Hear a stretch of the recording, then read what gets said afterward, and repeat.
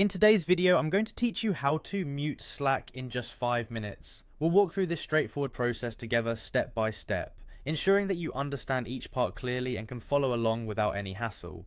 So let's get started. First, you'll need to open your favorite web browser and navigate to the Slack website. That's slack.com. Slack is a powerful communication tool that many of us use daily for work interactions and team collaborations. It's essential to know how to manage its settings, especially if you want a moment of peace without receiving notifications, or if you're in a meeting and want to avoid background noise interference.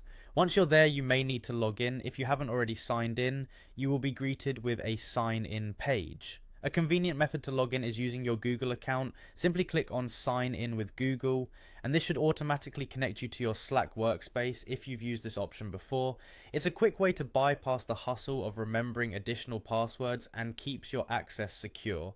Now you are in your Slack workspace. This is your main dashboard where all the communication magic happens. From here, you want to find and click on your profile icon. It's typically located at the top right corner of the screen. Clicking your profile icon will bring up a drop-down menu with several options to customize your workspace experience. From the drop-down, the next step is to select Preferences. This option opens up a new window that allows you to adjust various aspects of the Slack application to make your work life easier and more efficient. The Preferences menu is like the control panel of Slack, providing you with the ability to tweak settings to your liking.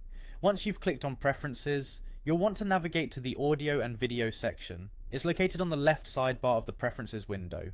Clicking there will provide you with options related to audio and video settings, which are crucial for adjusting your video calls and meeting experiences. Now within the audio and video settings, you'll find the Mute My Microphone option. Click on this to mute your microphone.